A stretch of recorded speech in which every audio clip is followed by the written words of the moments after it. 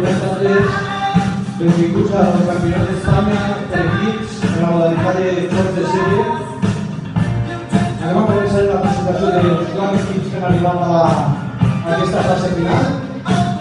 En primer lloc, tenim de la Federació Madrilenya de Llac l'Escola Nacional.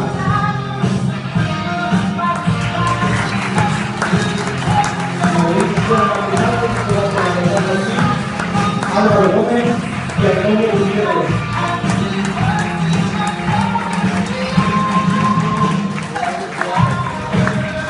Háganos majo para que se piquen ahí. Es el actual subcampeón del torneo, es de la Federación Catalana, perdón, no es de la Federación, del Club Villarellense de la Federación Valenciana.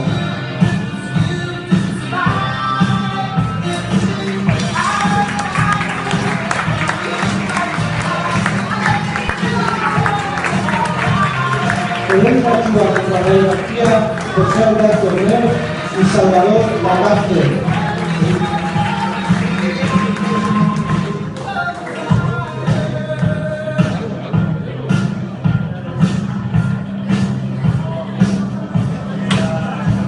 Ahora sí, de la Federación Catalana de Llac,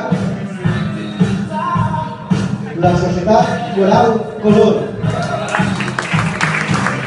La Societat Coral Color suma los jugadores Diego Remón, Joan Espinasa, Juan José Vallecros y Jordi Gasol.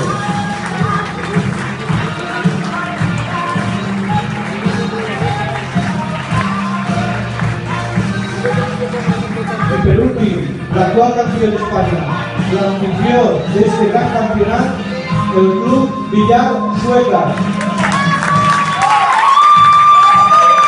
El Club Villar Sueca de Cristo Autónica, Alfonso Tea, Cristóbal Mata, Jorge Valera y Salvador Ortega.